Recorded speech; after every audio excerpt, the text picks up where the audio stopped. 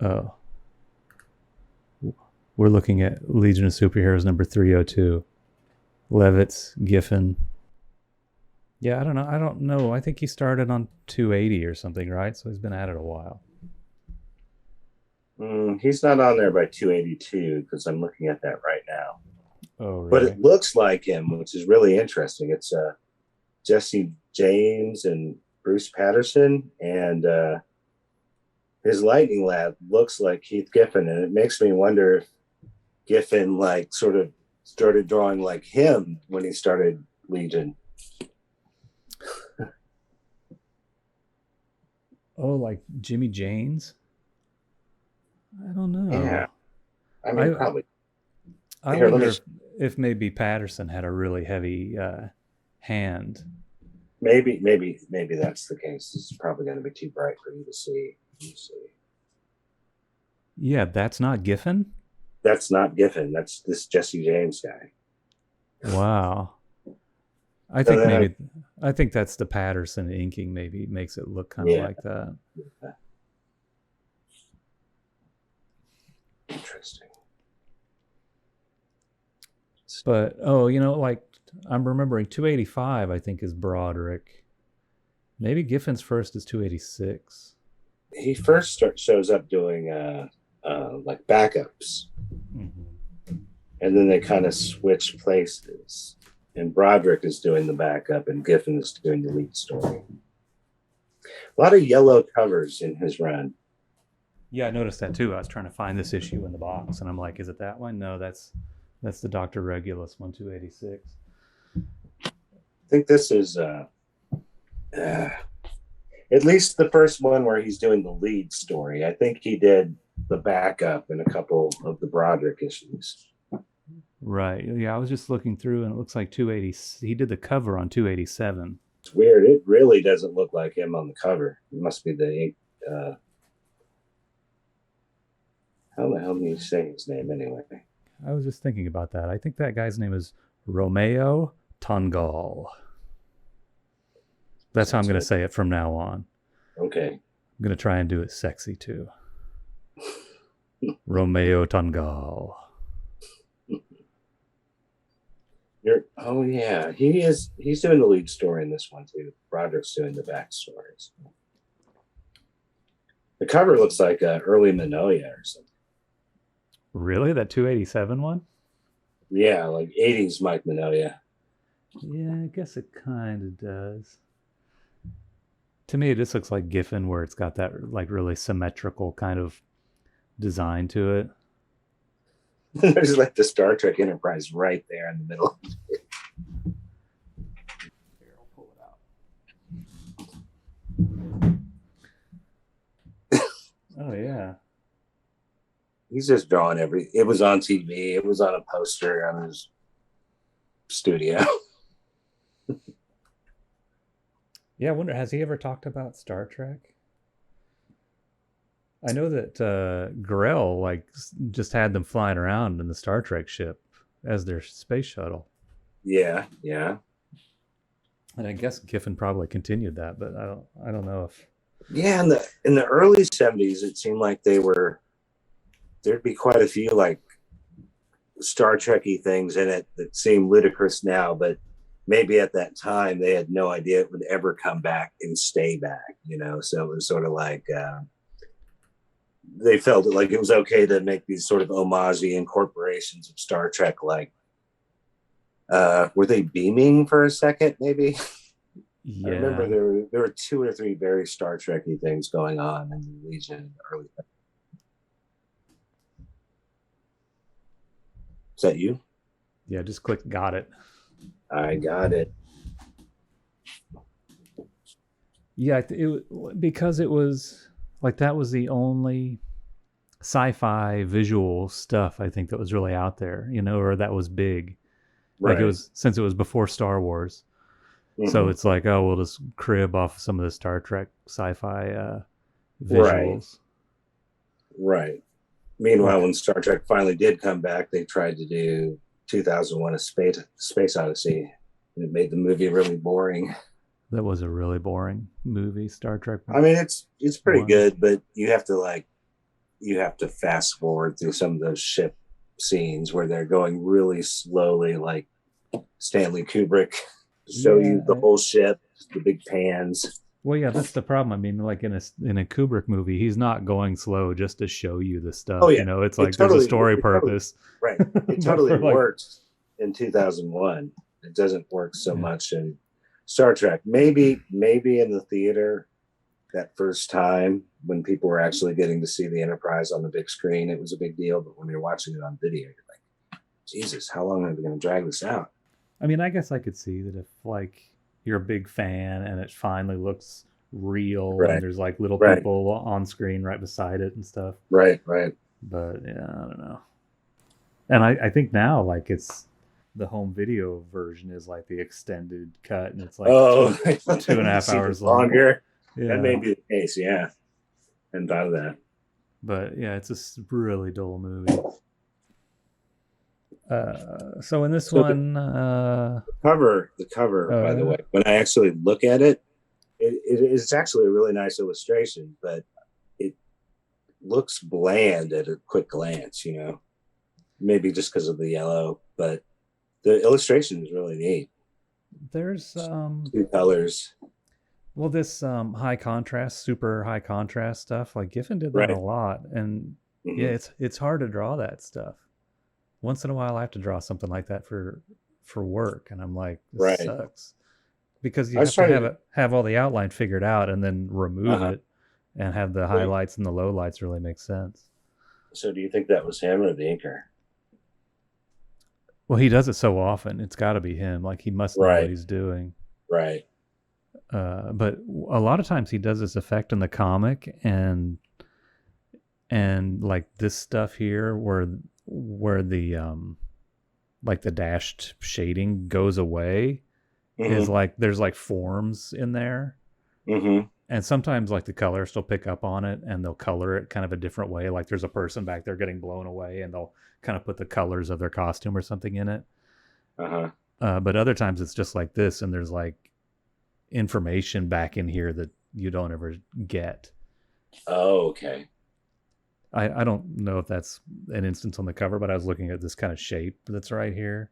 Oh, right. And I'm like, is that supposed to be something back there? You know, like these are just kind of like smoke and zigzag. So that's probably all it is. But other times there's another version of that effect in here. Right here. And it looks really good on that too. Lightning Lord blows up Dr. Jimmel's office. Oh, yeah. Yeah, it looks really good there. Yeah. I was looking at this on the bootleg website. Right. I don't think it has the blue highlights on there. It's just like straight up black and white for that panel. It looks pretty good. It looks like I'm looking at the online version. I can see faint traces of blue, but it's bled out or something. It's not as on that digitized version. I noticed there's a lot of like just straight up black and white panels in this. This stuff. I guess it's not a lot. It's at the end, and I guess that's just how it actually is in the comic. They get trapped in a dark room, I guess. Oh yeah. And it's just black and white and screen tones. When the shady lizard guy turns out to actually be a bad dude. Yeah. Like they're alluding through the whole thing that he's kind of a bad guy, and then it seems like the Legion realizes, oh, he's not so bad after all. Appearances can be deceiving. Then right as they leave, he traps him. Yeah, that's right at the beginning too, and like they were right the first time. Yeah, that storyline is kind of weird. Like, I don't know how long before this we knew this guy was a bad guy, because he was just like a regular dude for a while, and then right. He turns out to be like a dark circle sleeper agent or something.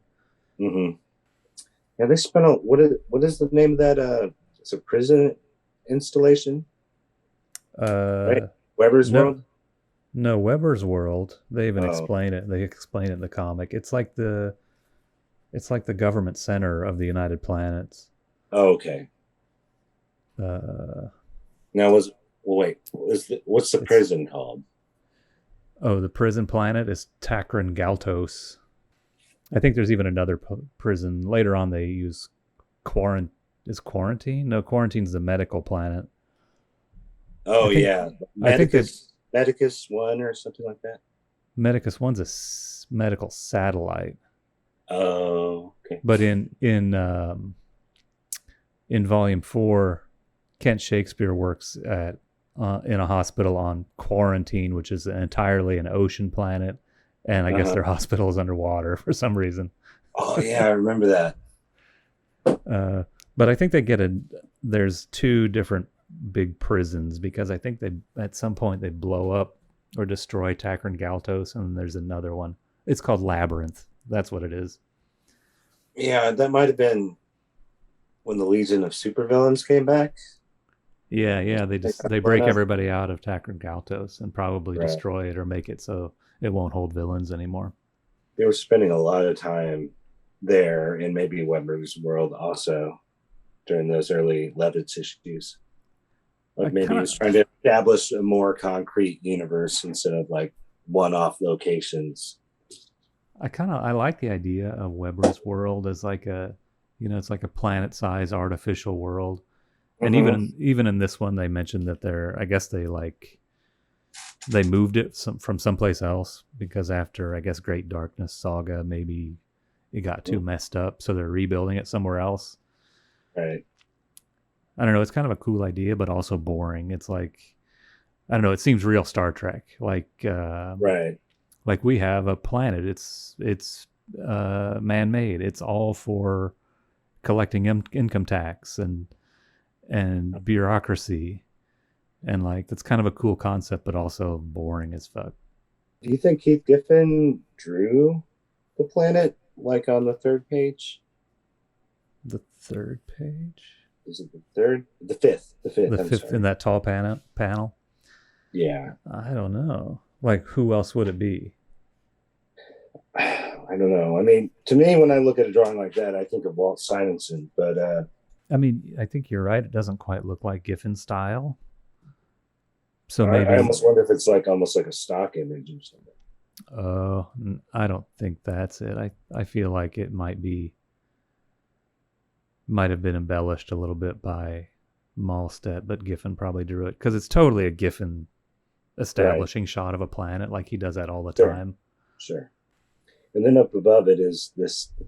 I never really got into this because it's so derivative of Hitchhiker's Guide, but the Encyclopedia Galactica business. I was sort of like breeze past those. I never read them word for word. They're kind of Oh, dry. there. I think once in a while he'll put a little joke in there, but it's Yeah.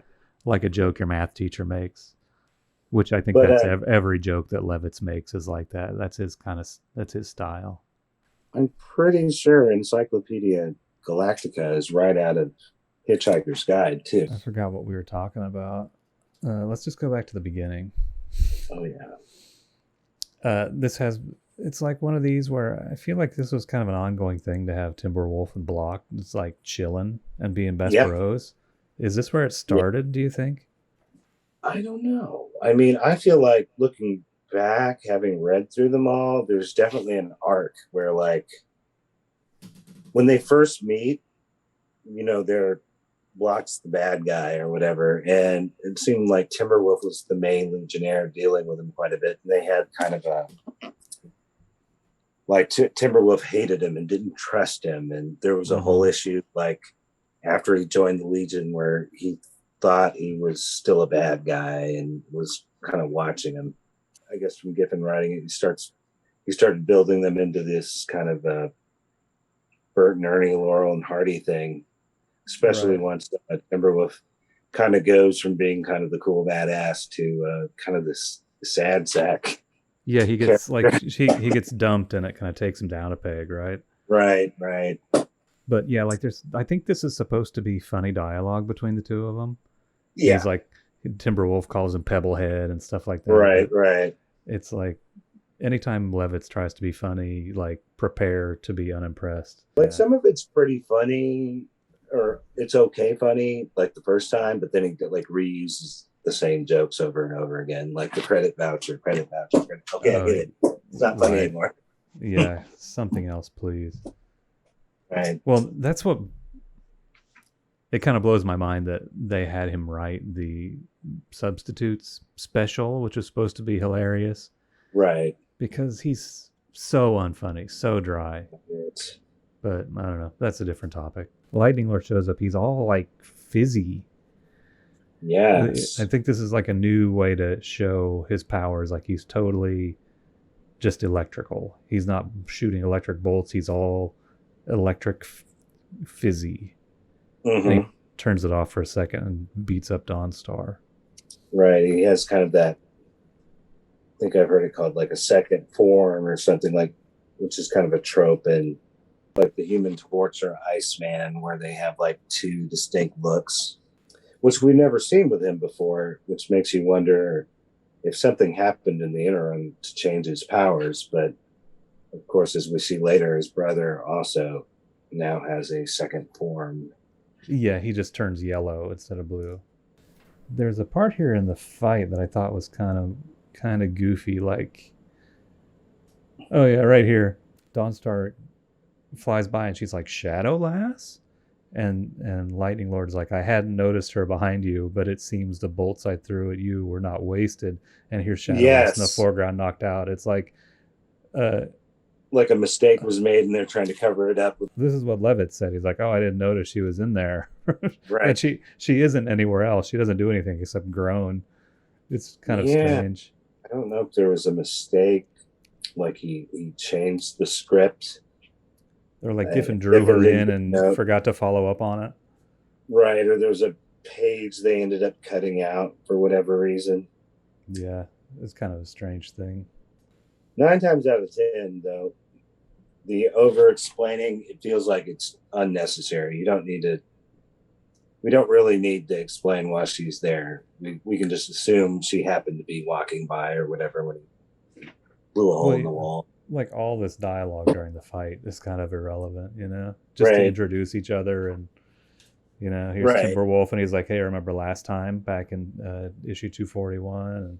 And on and on. Super boring. I mean, I allow for a certain amount of that because I know a lot of people are reading this for the first time, and I'll take that over like modern stories that have gone so far the other direction that if you just pick one up cold, you have no idea what's going on. But he does tend to overdo it. Levitz. And this page, it's kind of weird too. Like Element Lad and Officer Aaron, she's like, ordinarily we'd stop and say hi when we fly by the other teammates on. Yes. I don't know. It just seems weird. Like we're driving by Weber's World on the way to wherever we're going. Like it's along the road between here and Daxam or wherever they're going. Weber's World. I thought it was kind of dumb. It's just, I mean, it's a way to have a scene with these guys, but you didn't have to do that. Right. The other Legionnaires are on Weber's World at the time, right? Right. So it's kind of a way of segueing it to the other locale. Right. The other storyline here where these guys are on tier. If anything, it's probably more the drawing than the writing in that case, because they're drawing ships so darn close to the planet. But maybe if the planet was further off, it wouldn't seem as weird. You know what I mean? Like they're just passing by that space of the universe where it's at. I suppose that's true. Yeah. Do you know what their secret mission is? Is it that they're trying to find out about Shrinking Violet? Is that what this is all about? They're going to Imsk, so that must be Shrinking Violet, right? That's where she's from. Right. Yeah. This is they hadn't. She's being impersonated by somebody, and they haven't discovered that. That's right. Yeah. A soon-to-be spouse of a Legionnaire. Right. This is kind of I don't know, there's a lot of good aliens, like good, like tentacle-y looking guys that Giffen's using on these 2 pages. there's this sequence where they're being followed by the Emerald Eye, and it's like casting this shadow that totally doesn't read as a shadow until you get to the third panel. It looks really weird. It's like a circle with some grainy dot or a pattern screen of some kind in it. Right. I'm not even sure of the physics of that. I mean, if this floating globe is illuminated, would it cast a shadow underneath it like that? I don't know. Weird. And then this next page has this very, I don't know, I remember this from reading it before, this kind of classic where they didn't paste up the stats the way they're supposed to. And I looked online, I thought, oh, well, maybe they remastered this and fixed it for like the contemporary ebook version of it, and they don't. It just still says stat panel here. It's supposed to be this panel pasted up into these boxes. Oh, that's wild. And I've read this issue at least 3 times, and I don't think I've ever noticed. But you didn't notice that like it's like a person's handwriting on there? No, I guess it just blended in like well, I've only ever read it in an online format. I think if I read it, the hard copy of it, I would have paid more attention to the background details, but I think I just scrolled right past it. Oh, yeah. Yeah, these are like supposed to be big monitors in Emerald Empress's place, and she's seeing what's happening through the like this is her camera here. I think I probably assumed it was like Greeked in, like lettering on the monitors. Yeah. It's weird when you look at it up close, I guess. Right. It's a strange mistake to still be there for real.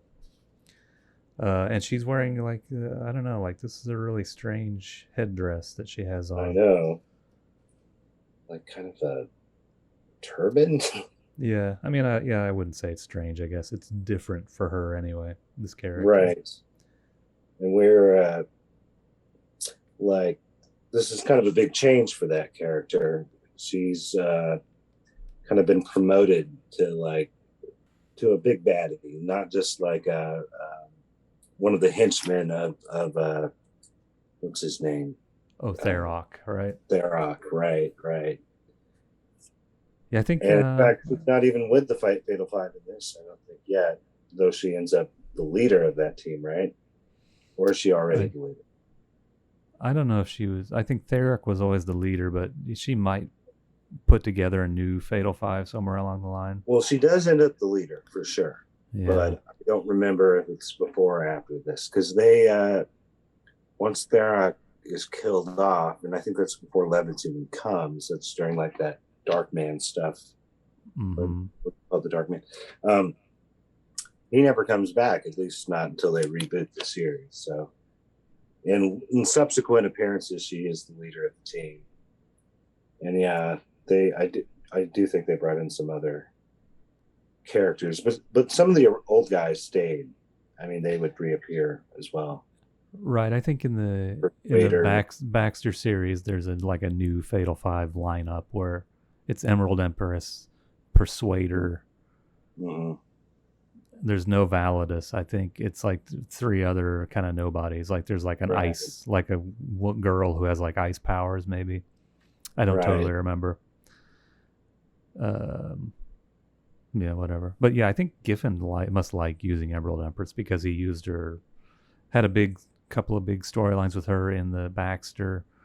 In the New 52 thing when Giffen came back with Levitz on that, they used her. Yeah, and she was very like Jack Kirby'd out, like she looked like a new god or something. Yeah, totally. Yeah, I remember that. I don't remember if he used her much in the 5 years later, but he must have. I don't remember. Yeah. I know she pops up. I don't remember if it was with him or, Inman, the Inman days. Yeah. I think they were trying to have, the Emerald Eye power kind of, they're trying to combine it with the Green Lantern somehow, maybe, and they had that character Celeste Rockfish, the detective. She turned into some green being, and I think it came from Emerald Eye, possibly. Oh, really? I don't think they ever got around to explaining all of that. That character never really impressed me as much as some of the other new characters. I don't think she's ever appeared since that either. So yeah, I don't think they knew what to do with her. I mean, she continued. She turned into this completely green energy being or something. Right. This sequence here where they're in Dr. Jimmel's office, it shows that he is a comic book collector and he's reading an issue of The Flash. Does he have like Amazing Heroes in there? Yeah, I brought out the Amazing Heroes issue that he's looking at. You were able to identify it even. Yeah, it's this one. It's a Giffen cover, is why it was familiar to me. Okay. But it's just colored wrong in the comic. It's red. Right. It's this issue. Good eye. I didn't recognize any of the others. This Flash one is definitely a specific one where it looks like I don't know, Major Disaster or somebody holding the Flash costume. Where's the Flash one? Is it in a different panel? It's on page 8. Yeah, it's on the previous page from. It's right before that black and white one, right? They get blown up. Oh yeah. It does look like Major Disaster. It's in Interlac. That's interesting. Maybe it's a future issue of the Flash or a reprint, facsimile edition. They're all reprints. Yeah. Maybe they figured out the coloring by then. This other one right here, it's not going to get focused, huh? This has a title on it, but it's too small for me to read. I can't tell what it is. It almost looks like it says OMAC. Is it OMAC? Is it OMAC? Can you read it on the computer one? Yeah, it's OMAC for sure. The letters are anyway. Yeah. But yeah, I didn't remember that Dr. Jimmel was a comic book guy. Might explain why he's such an asshole. Yeah, he makes some mention of being a collector of like 20th century pop culture or something like that. It's so weird how the people in the 30th century are so obsessed with the 20th century period. Like they never, it's always 1,000 years ago. Like there's probably some good stuff from like 500 years ago that they might be into, but they don't really talk about it. You never run into a collector of stuff from the 2500s. Right. And then they have their fashion revivals. Like for a while, they all had like crew cuts and like 50s aesthetic going on. But then next thing you know, they had big sideburns and big hair. Oh, yeah. I guess I never thought of it. Never thought of it like that. Like all those Silver Age things are all like, it's all a revival style that they look that way. It just happens to be following, whichever era it's being printed in. But yeah. Right. It's like the 70s, 50s, and the 80s, 50s, right, and then the 29 80s, 50s. This page on the digital looked really weird with all the green. I'm not sure why they chose to color the interior of Medicus 1 this bizarre green color. It looks terrible. Yeah, they're on Medicus 1. It looks like it's a satellite outside of Earth where they go to the doctor. There's so much white in like Lightning Lord. They didn't think they could make the hospital. I guess what color do you associate with hospitals? I think it's white, but maybe that's it's white or maybe like this color, but much brighter. Right. We're at Daxam now. Right. And I forgot the Daxamites changed the landscape of the planet to look like Darkseid, and they're still restoring that. Right, when they were under his control. Well, wait a minute. Did they do it, or did he do it with some other power? No, I think he had them do it with like their heat vision or something. The thing is, if that's the case, why are they having such trouble restoring it? Well, the whole surface of the planet is gone, right? Okay. I guess. But I guess what I'm thinking is if they're all as powerful as Superman, and I can't remember if they have their powers on their planet or not. Apparently they do, if they were able to use them to I think they don't. I think maybe the Great Darkness might, like, blocked out the red sun or something like that. So Oh, they got powers temporarily. right. But I don't know. Like I do recall that on the planet they don't have super strength.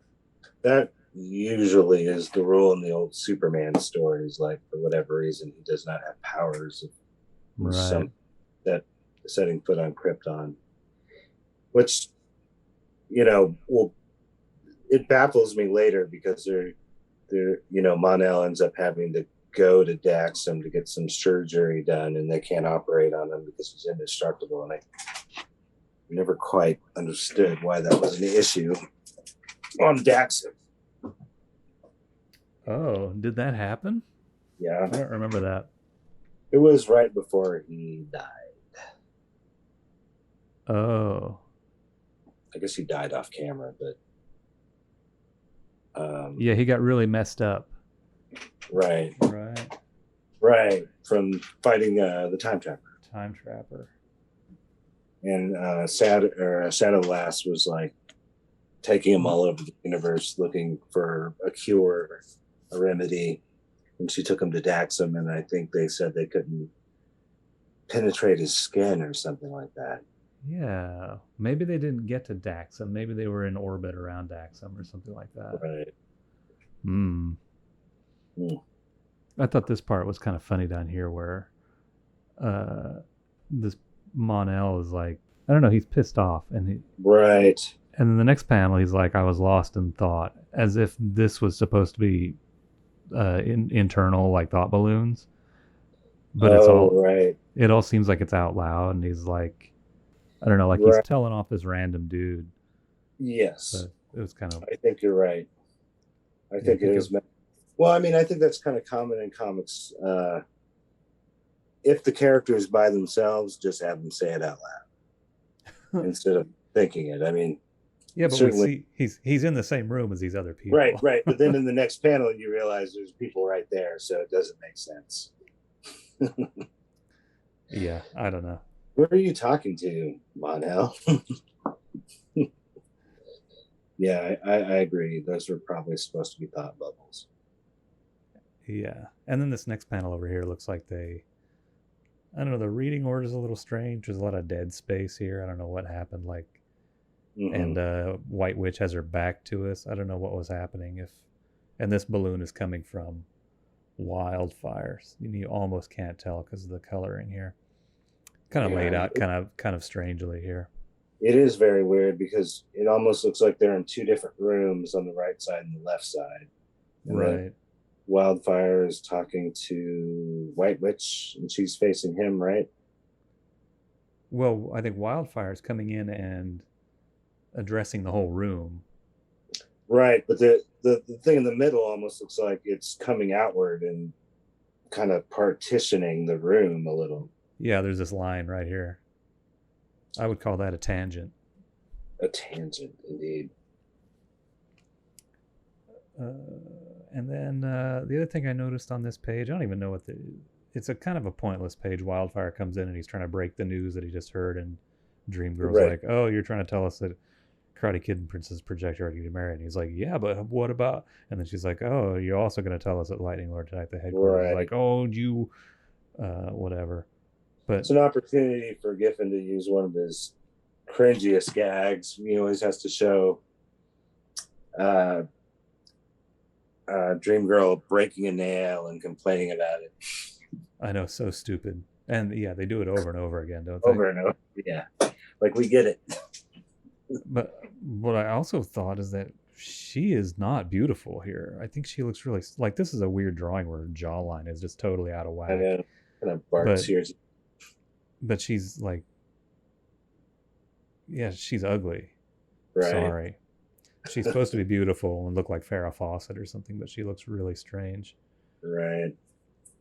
And like, even later on, like Giffen drawings, like I think he draws good looking women, like in the kind of the 5 years later style, but I don't know. I don't know what happened here.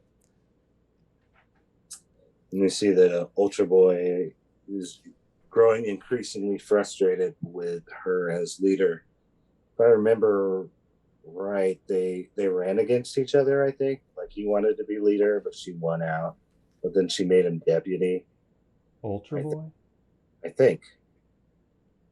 And he is unhappy with her leading, her decision making, Hmm.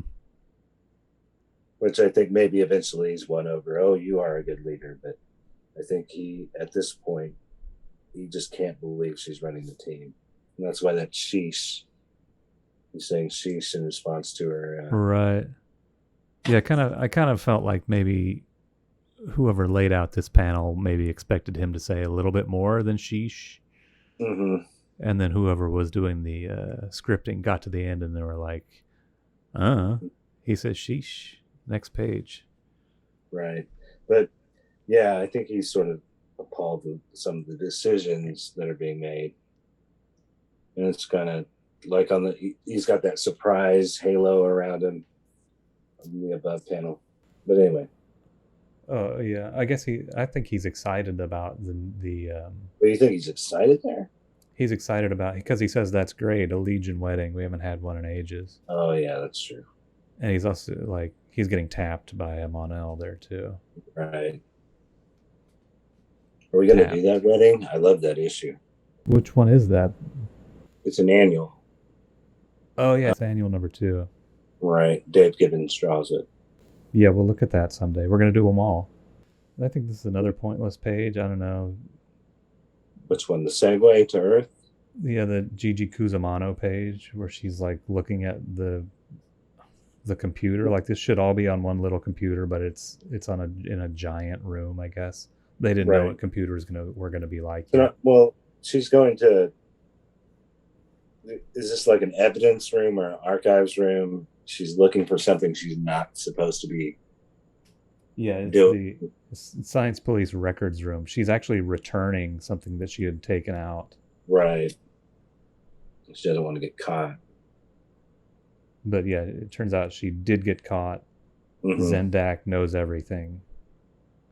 Something related to the Shrinking Violet stuff, probably, right? Yeah, she's helping out right. Officer Aaron and Element Lad. Yeah. Oh yeah, see, she's looking for the Durlin immigration file. This is totally trying to track down the no spoilers, but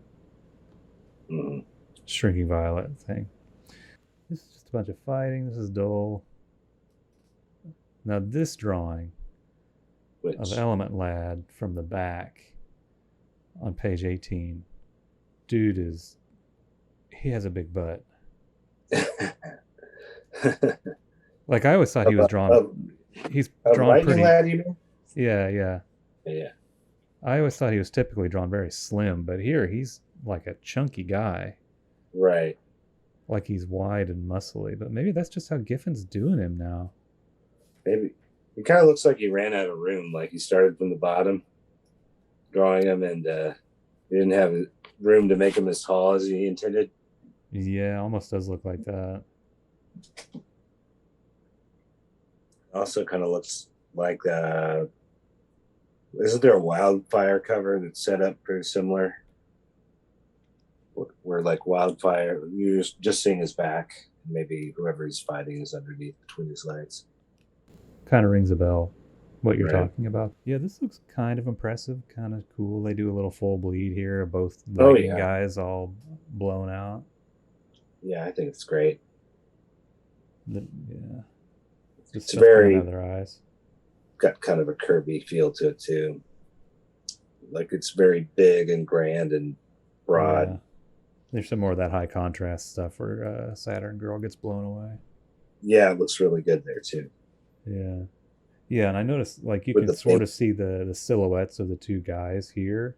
It shows up a lot better on the digital than on the print. Yeah.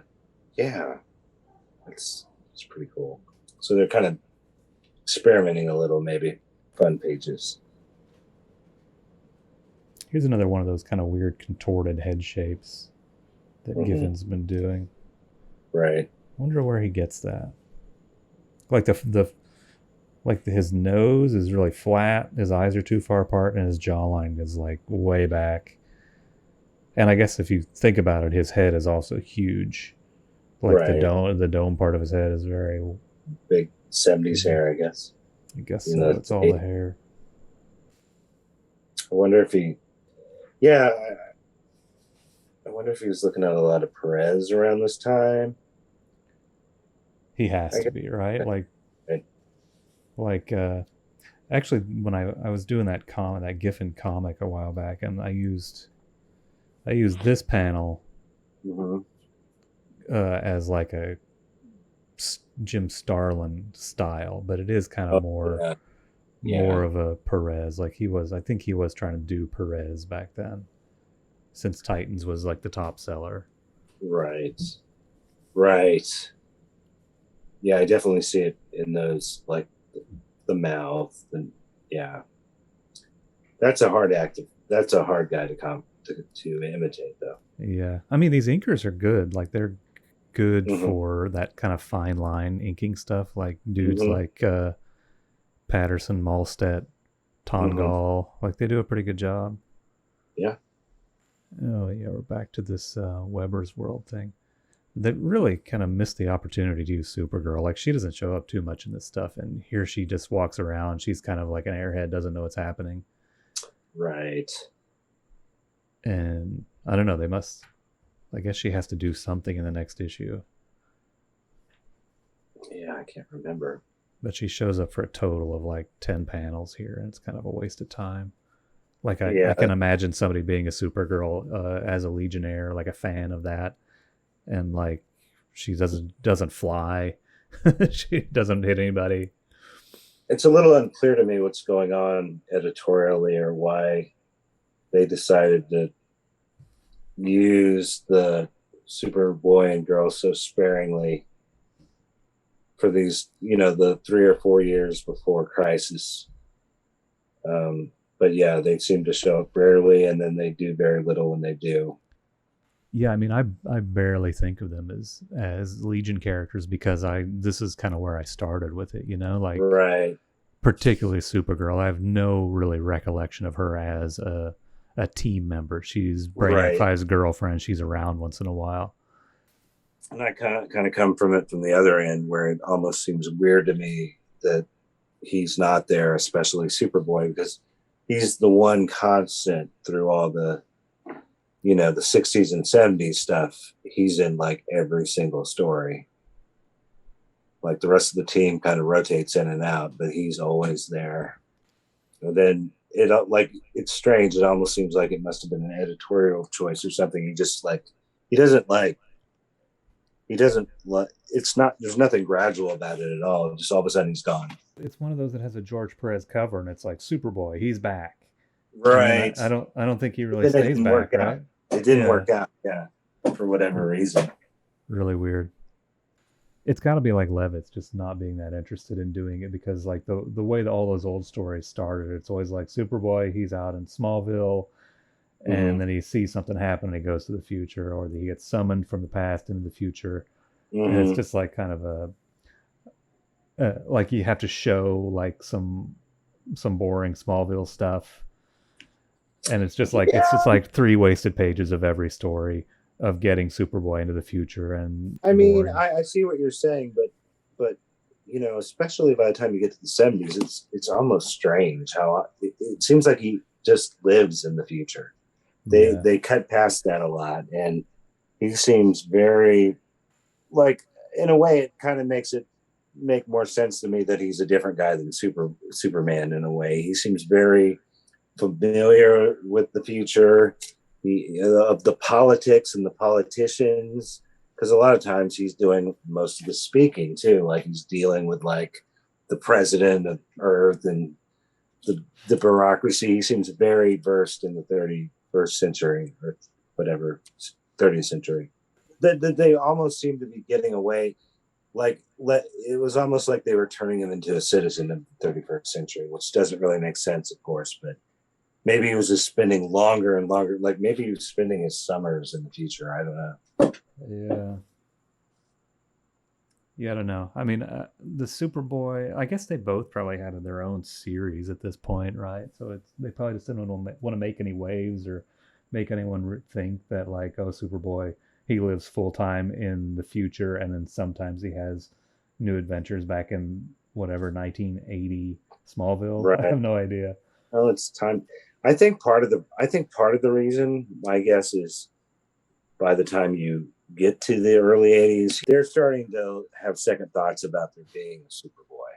Like they're like, this overcomplicates Superman's origin. It wasn't in the Christopher Reeve stuff. It's just, Yeah, like I can see that.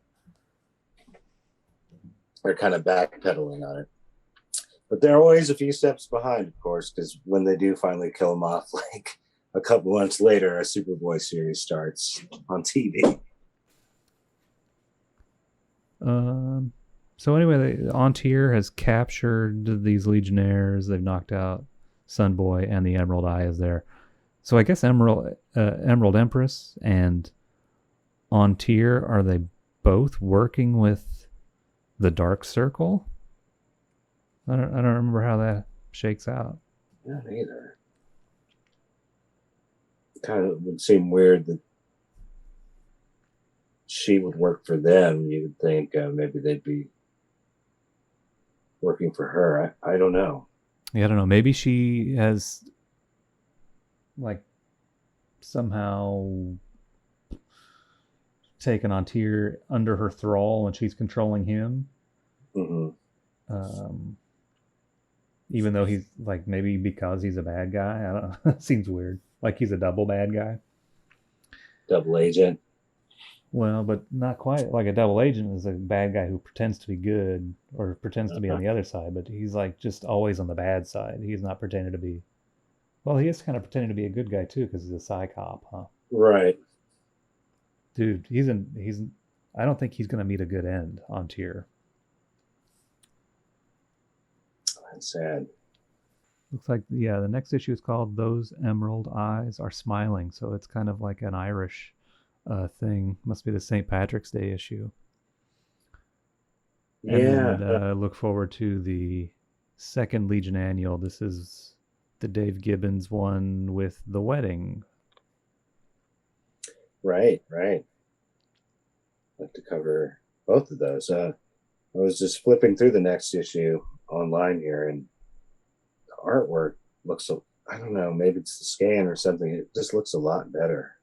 Like maybe he kind of leveled up a little bit in between issues. Oh, really? I mean, I thought this looked good. I thought it looked fine. It's better. Yeah. No, better still then, huh?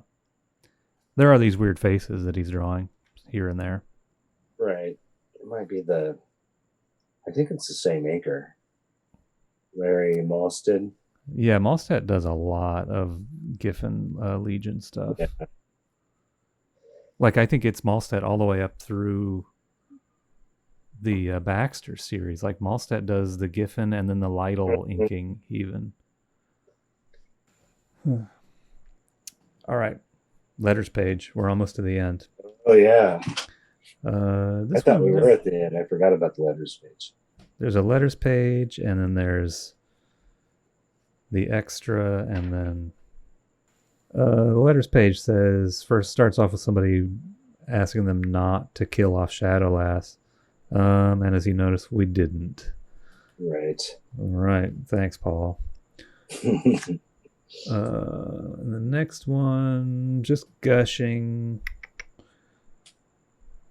says that Giffen and Mahlstedt are said to be the Legion's all-time best, and I can't argue with that. This guy's name is Kent Phoenix. Oh, yeah, he talks about the Cosmic Boy Night Girl relationship and how they brought it back in the issue he's talking about, which is, I don't know which issue it is, but it says he hasn't seen it in a while since Silver Age issues, but Paul points out that they were an item in 236, and then we also read about them in 212 not long ago. Right. And then this is what Paul says in every letters column, is that there's so many characters that it's hard to get around to everyone's favorites. Mm-hmm.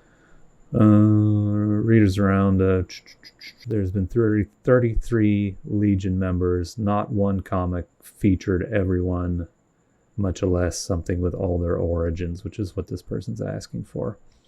Well, that's kind of a tall order. I think it's reasonable to want to see an issue with all the members together, but which I find hard to believe, as they're not. Surely there have been panels with all of the at least living members together. I bet it's possible that, like, remember the Lightning Lad Saturn Girl wedding? Like, it had that. Oh no, it's the Bouncing Boy wedding. Has that Right. big 2-page thing with like everybody, and like the Heroes of Lalor are there, Martian Right. Manhunter's there out of the blue, but they introduced some new people after that. Like I bet Wildfire wasn't in that, so Oh, right. I could see that happened. And then like when you get to the Lightning Lad Saturn Surely, Girl like, wedding, great. maybe those, like, they don't have somebody in that. Somebody died, or like he Well, doesn't yeah. like this character and didn't put him in, something like that. I mean, if she is counting people who have died. Yeah, I don't know how you do that, but I think maybe even in that Lightning Lad wedding, I think everybody shows up, even Tarok, even though he's not allowed to go. Just stay back and like guard the portal or something. But aren't they all fighting together?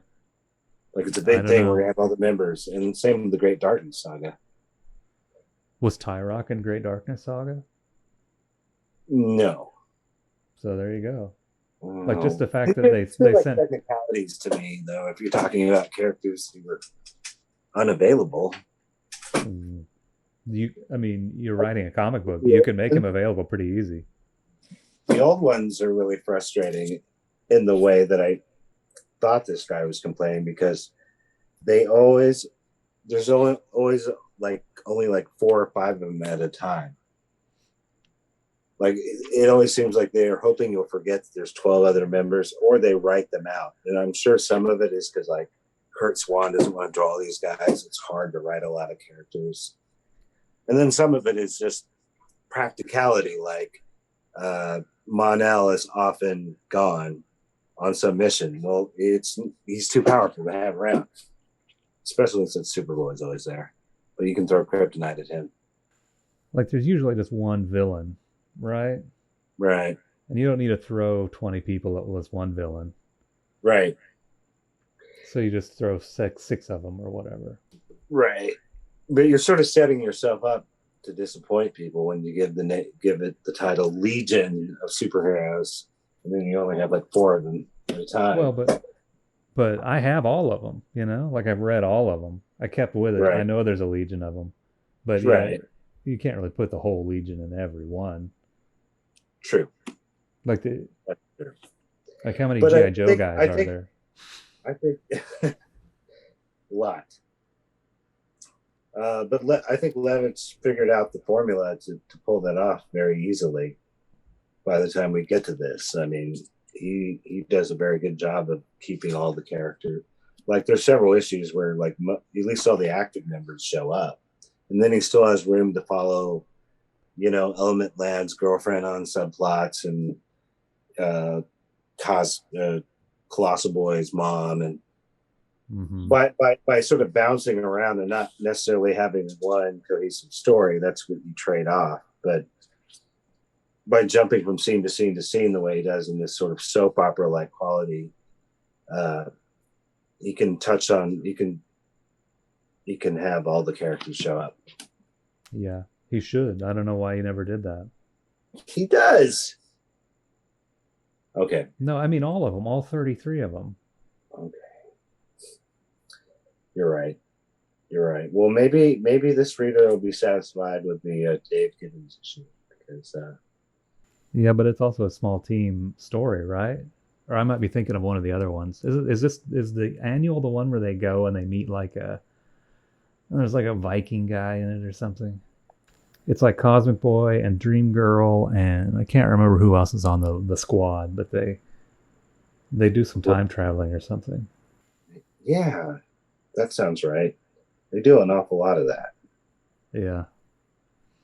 Oh well. What's next on the bits here? Oh yeah, he's talking about Antonio Stefanacci. Arnold Layman of Cambridge, Ma. gets our alumni award as a grad of our favorite school for having picked up on the secret origin of museum curator Dr. Antonio Stefanacci in a recent issue. Like, there's a lot I don't understand here. Like, what are they talking about? His alumni award as a grad of, like, what is Paul Levitz's favorite school? What does that mean? Just from Cambridge? Did he go to Cambridge? I guess Arnold Layman must have written in and said, "Hey, dude, I graduated Cambridge." Oh, is Antonio Stefanacci like named after some big Cambridge dude? Who is this? I mean, I remember Antonio Stefanacci, but only from like the Magic Wars, way later. Yeah, like, is he named after like a professor or something? Must be. He must be a Mason. We'll have to look him up.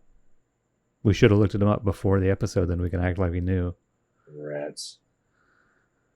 We'll edit it in. Yeah. Daniel Barenbaum wants to know if the Legion has teamed up with the JLA, JLA 147, 148. That's a three-way. JLA, JSA, LSH team up. Yes. Was that It was a three-way team up and probably caused like some strife in the relationship. Crisis of Three Worlds, Crisis of Time, or something like that. I can't remember. I was trying to make a joke. What their spin on the title was, but yeah. Let me try and make the joke again. This was a three-way story. Hey, you still there? Dan? Fuck. Lost him. Hey, you back? Yeah, I don't know what happened. Sorry. That's all right. I was trying to make my three-way joke again. Well, maybe it'll be funny this time. Daniel Barenbaum asked if the JLA and the Legion ever teamed up, and yes, they have in JLA 147 and 148. Mm-hmm. And that was actually a three-way between the JLA, the JSA, and the LSH. I guess the JLA and the JSA wanted to spice up their relationship a little bit, so they invited another super team. Yes. LSH. Ta-da! Good way to ruin your relationship, guys. So because Superman is on all three of those teams. Oh, in yeah. one form or another. I wonder if Superboy. Yeah, you don't mean Superman. You mean Superboy as a man. Yes. Is Superman? I'll call him Superman. Is he? Is Superboy in that story? Do you know? Do you remember reading this? I think I only ever read the first part of it. I've been keeping my eye out to buy these. I feel like he wasn't. Because there are frustratingly few interactions in all those decades between Superman and Superboy, where they could have probably done some interesting, like, time paradox stuff. I think they just opted to like conveniently dodge it every chance they got. Yeah. I didn't know that they had avoided that. Next letter. Oh yeah, this is a good letter. I mean, this is from Karen Wu of Cupertino, California. She writes a long letter about Legionnaire hairstyles and what she would like to see on the boy Legionnaires, what she would like to see on the girl Legionnaires. She just has an idea of like give Karate Kid a perm, have Ultra Boy part his hair on one side and Colossal Boy on the other side. Mm-hmm. Of course, Karate Kid already had a perm, maybe, because he started out with curly hair and then it got straight. Was it curly? It was maybe kind of wavy, wasn't it, originally? And reddish. Yeah, but eventually he was Bruce Lee, right? And he had straight hair. Right. But I do remember Lytle drawing him on a cover with like curly hair. Mm-hmm. That poor guy. But whatever. Mm-hmm. This letter writer wants different specific haircuts on the boys, but don't you dare give Monel a mohawk, she says. Ha ha ha. And then, yeah, she wants some diversity among the women legionnaires. Maybe change it up because women don't always wear their hair the same way day in, day out. Mm-hmm. I don't think they're going to do that, but it'd be cool if they could pull it off. Yeah, I find myself wondering if Karen is 13 or if she's 30. Yeah, I don't know. Like, she knows them all, and she's pretty Right. pretty articulate in what she wants, and she sounds like a real fan. Right. And she also points out, she says, anything more that needs to be said about the Legion I shall leave for my sister. So I guess her sister is also a Legion letter hack. Oh yeah. So maybe they are kids, and maybe they are twins or something. Mm-hmm. Paul says hairstyles and costumes are left strictly up to Keith and Karen, as he is barely allowed into clothes shop without someone to guide him. Like, that's a Paul Levitz joke. Like, that's what he thinks is a little bit of humor there. So there we go. Yeah, the Legion Outpost Extra, I guess they've been wasting a page of the comic for some months. Just listing every appearance of the Legion. Like, these are kind of interesting, but when you say they're wasting a page, like it's not cutting into the story page count. Well, I guess so. It's in, like, maybe there'd be 2 letters pages. Oh, okay. But see, I always loved things like this back then, especially when there wasn't an internet to look things up. Yeah, that's what I was about to say. For life before the internet, this would be useful. It's kind of useful to see the chronological list of them, I suppose. Mandy here with a Legionnaire. I'm trying to remember. Was that it must have been Karate Kid, right? Yeah, it's a Karate Kid team up, and I think that actually was. I think, like, they canceled Commandy, in the DC implosion or whatever, and I think that like even continued that Karate Kid team up, if I recall correctly. So that maybe didn't get published, but yeah, like I think Karate Kid 15, he goes into the future and runs into Commandy, and then there's the Commandy story. They wrap his story up in Commandy. They don't wrap up the Karate Kid story in Commandy. I think it just gets canceled. They do eventually wrap it up, or I think Karate Kid shows up in Batman. No, I'm mixing it up. Brave and the Bold, yeah. Teams up with Batman.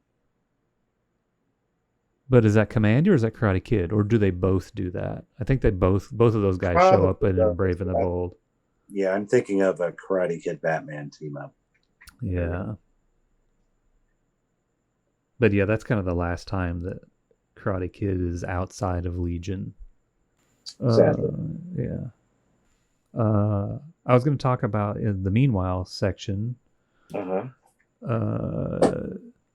The rest in peace Frank Chiaramonte. This guy was a Legion inker for a little bit, I think. Okay. I think he was doing the I think he inked like the Ditko issues, for example. Okay. So back in the 70s. Died of cancer at age 40, so. Oh, nice. Sad to hear that. I mean, this was 1983. But the Meanwhile, it starts out talking about how they're going to do some Star Trek comics. They're going to bring back the Charlton Heroes. Yes, this is maybe the first mention of that. Yeah, it's kind of weird. Like this becomes the Watchmen, right? But then they also bring back the Charlton Heroes too. They talk about the Superman Sunday comic strip, drawn by Jose Delbo and Sal Trapani. Yeah. That actually sounds like good art to me, but I don't remember ever reading that. I am, yeah. They never ran that in the paper here. I've got some Superman daily collections, but they're much, much older. Right, yeah. I don't think there's any reprints of this later stuff. I wonder where you would even find that. You have to go on the old newspaper websites. Yeah, maybe. And then they talk about Thriller from Bob Fleming and Trevor Von Eden. Pretty cool comic. Mm-hmm. All right, so that's it for this one. I saw some Legion mentioned in here. Oh, did you? They talk about Paul Levitz because he's talking about the Star Trek stuff. Yeah, and they don't mention that Frank Chiaramonte worked on Legion. It must have been a footnote. Mm-hmm. He inked Kurt Swan on Superman, it says. Relative newcomer Robert Lauren Fleming. Whatever happened to that guy? I don't know. He got out of the business. Oh, yeah. Wised up. I remember reading, I think it was an interview with Giffen when that last Ambush Bug miniseries came out, Year None. Mm-hmm. I think I don't know. Maybe he was joking, but he made it sound like he had to like look high and low to track down Robert Lauren Fleming. Mm-hmm. But I don't know. Maybe he was just exaggerating. But yeah, he hasn't. Like, he wrote that, but I don't think he'd done anything for that or prior to that for a long time. Right. Was he, is he considered like a co-creator of Ambush Bug? No, I don't think he is, because that first Ambush Bug appearance was, well, it wasn't written by him. It was written by like Paul Kupperberg, maybe. Okay. In DC Comics Presents. Yeah, all right. That's 302. 302. But where do we go from here?